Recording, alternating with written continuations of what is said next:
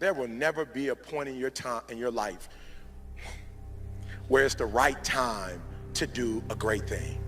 If you're waiting for that perfect moment, that perfect timing, it's not going to happen. You know what you have to do? You have to create the perfect time and the perfect opportunity and the perfect situation.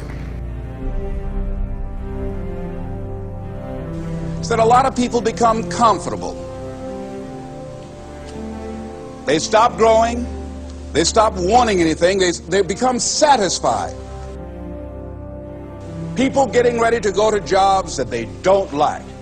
Jobs that are making them sick. You see, when you're not pursuing your goal, you are literally committing spiritual suicide.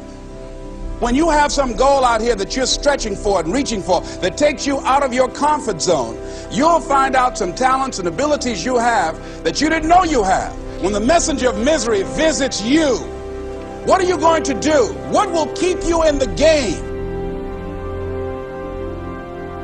There are things that you think you'll never need to know, that you may only need to know one time in your life, but that could save your life because you had that knowledge. Unless you attempt to do something beyond that which you've already mastered, you will never grow. What is it that you looked at some point in time and you decided that you couldn't do it, that you talked yourself out of it?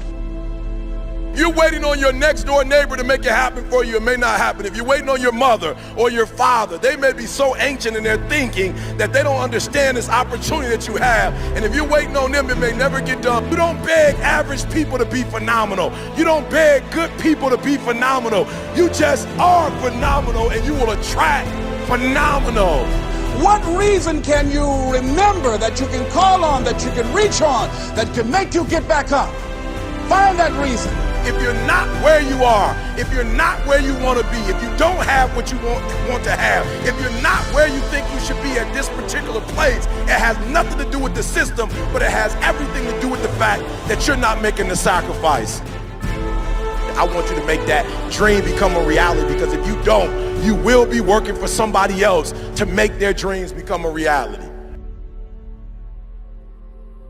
Everybody is against you or don't believe in you no more. And let me tell you something, that's a lonely feeling. It's a lonely feeling, particularly people that you're doing it for. Most people take their greatness, take their ideas to the graveyard with them. Listen to me, if it was easy, everybody would do it. There are people right now who are working who don't want to work. There are people who hate their jobs, but they keep getting up to do it. The wealthiest place on the planet is the graveyard. Because in the graveyard we will find inventions that we never ever were exposed to. Ideas, dreams that never became reality. Hopes and aspirations that were never acted upon. The question is, what are you going to do with your time?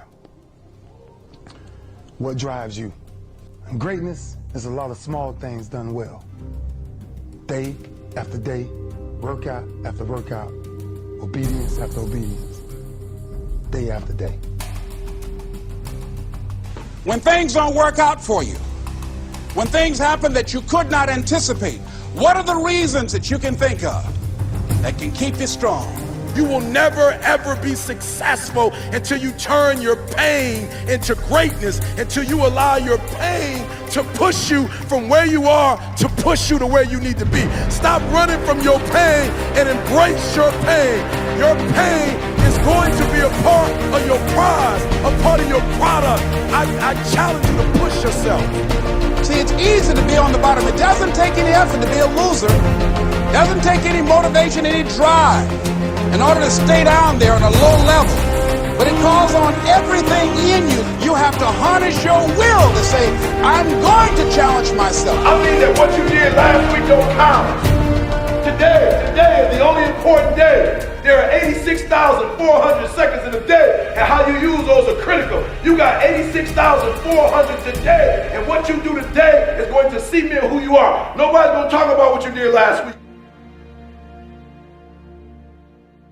That the biggest enemy you have to deal with is yourself.